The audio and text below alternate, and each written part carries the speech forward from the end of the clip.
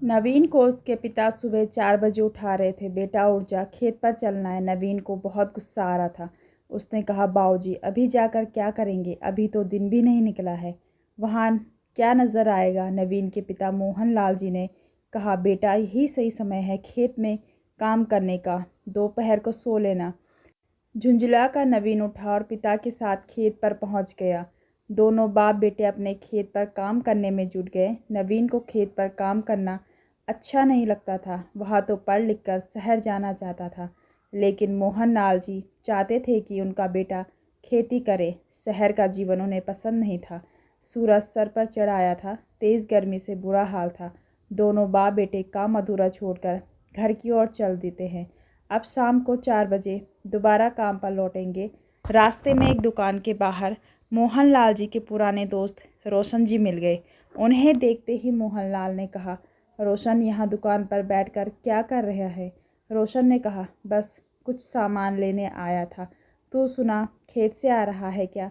नवीन ने रोशन जी के पैर छुए तो वो बोले, लगता है बेटे को खेती सिखा रहा है। इसे यहीं गांव में रहने का विचार है क्या। अरे इसे पढ़ने दे, फिर शहर में अच्छी सी नौकरी लग जाएगी।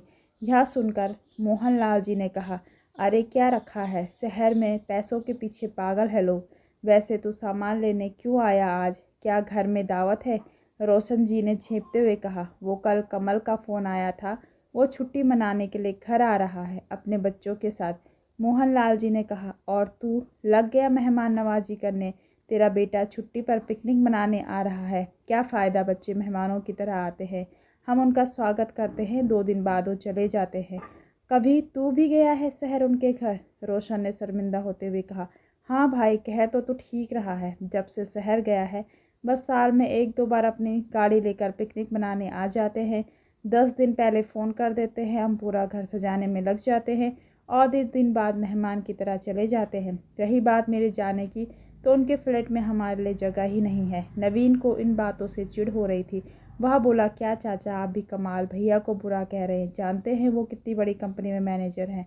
मैनेजर, अरे जो अपना घर मैनेज नहीं कर पाया, अपने माता पिता को बेसहारा छोड़ गया, वो कंपनी क्या मैनेज करेगा। पढ़ लिख कर पैसों के पीछे अपने परिवार को छोड़ देना कहाँ की समझदारी है। मोहन लाल जी ने उनकी बात काटते हुए कहा। नवीन को उनकी बात बुरी लग रही थी। इधर रोशन जी शर्म से पानी पानी हो रहे थे। वो बोले, अब जैसा भी ठीक है, अच्छा मैं चलता हूँ। उनके जाने के बाद दोनों बाप बेटे घर आ जाते हैं। नवीन और उसके पिता के विचारों में कोई मेल नहीं था।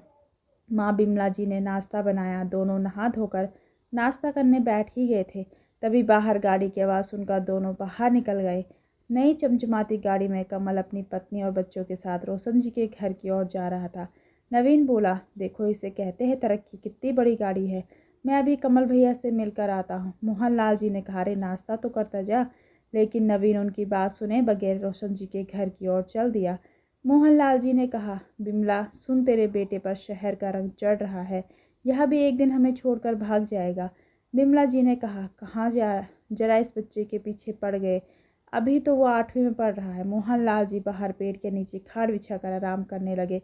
बिमला जी ने अपने काम में लग गई। इधर नवीन कमल भैया से मिलकर आया। वह बहुत खुश था। कमल भैया ने उससे कहा, नवीन तू पढ़ लिख कर शहर आ जा, मैं तुझे कहीं ना कहीं फिट कर दूंगा। यहाँ गांव में क्या रखा है। नवीन भी बड़ी गाड़ी और शहर में अच्छी सी नौकरी के सपने देखने लगा। 2 दिन बाद कमल तो वापस चला गया, लेकिन नवीन के मन में तार झकझोर गया। अब वह अपने खेत पर नहीं जाता था, बस पढ़ाई करने लग रहा था। उस जल्द से जल्द शहर को जाना था। इधर उसके पिता मोहन लाल जी ने नवीन को लेकर चिंता में रहने लगे थे। इसी तरह समय बीत रहा था। कुछ सालों बाद नवीन की ग्रेजुएशन पूरी हो गई। अब वह शहर जाना चाहता था। वह रोशन जी के घर गया और बोला, चाचा जी मुझे नवीन भैया का नंबर दे दो, उनसे बात करनी है, वो मेरी नौकरी लगवाने की बात कर रहे थे। रोशन जी बहुत बीमार थे। उन्होंने कहा, बेटा जानता है तेरे पिता ठीक कह रहे थे, मैं पिछले 1 साल से बीमार हूँ। कई बार बेटे को फ़ोन कर चुका हूँ, लेकिन एक बार भी मुझसे मिलने नहीं आया। उसके पास मेरे लिए टाइम ही नहीं है। लेकिन नवीन को कुछ समझ में नहीं आ रहा था। वह बोला, कोई बात नहीं चाचा जी, कमल भैया से बात करता हूँ, ज़रूर आएंगे और फिर मैं उनके साथ चला जाऊँगा। नवीन ने नंबर लेकर फ़ोन किया। दूसरी तरफ से कमल ने फ़ोन उठाया। कौन भैया, मैं नवीन बोल रहा हूँ, आपके गांव से। वो आपने नौकरी के लिए कहा था, कमल ने कहा, मेरा उस गांव से और गंवार लोगों से कोई मतलब नहीं है। मैं अगले महीने कनाडा जा रहा हूँ। मेरे पिता ने फ़ोन करके मेरा दिमाग ख़राब कर दिया। पूरे गांव में नंबर बांट रहे हैं। आज के बाद फ़ोन मत करना। यह कहकर कमल ने फ़ोन काट दिया। नवीन को बहुत बड़ा झटका लगा। उसके तो सारे सपने टूट गए। वह उदास होकर अपने घर आया। मोहनलाल जी ने कहा, क्या हुआ, हो गई कमल से बात?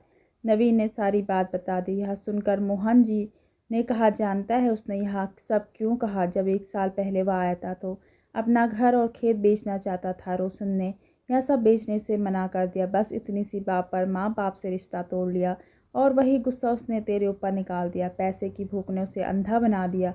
यह सुनकर नवीन को भी बहुत बुरा लगा, लेकिन पापा इस ज़मीन को बेचना नहीं चाहते थे। कमल भैया, मोहनलाल जी ने कहा, मैंने रोशन से कहने पर शहर जाकर पता किया था। उसकी नौकरी छूट गई थी। किस्तों पर फ्लैट और गाड़ी ले रखी थी।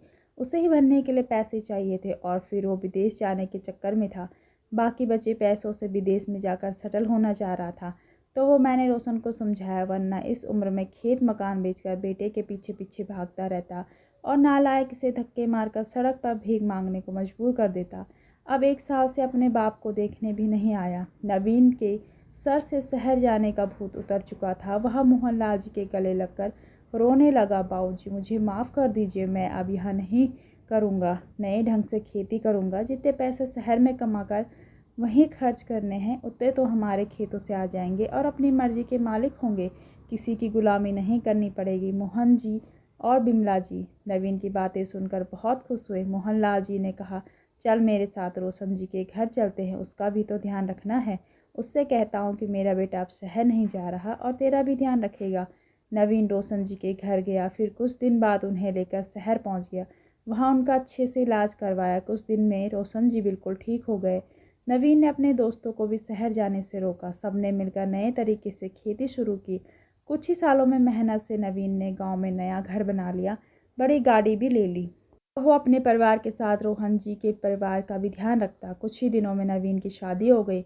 आज नवीन और उसके दोस्त गांव में रहकर तरक्की कर रहे हैं और अपने आसपास के लोगों को भी प्रोत्साहन दे रहे हैं कि वे शहर में जाकर नौकरी ना करें।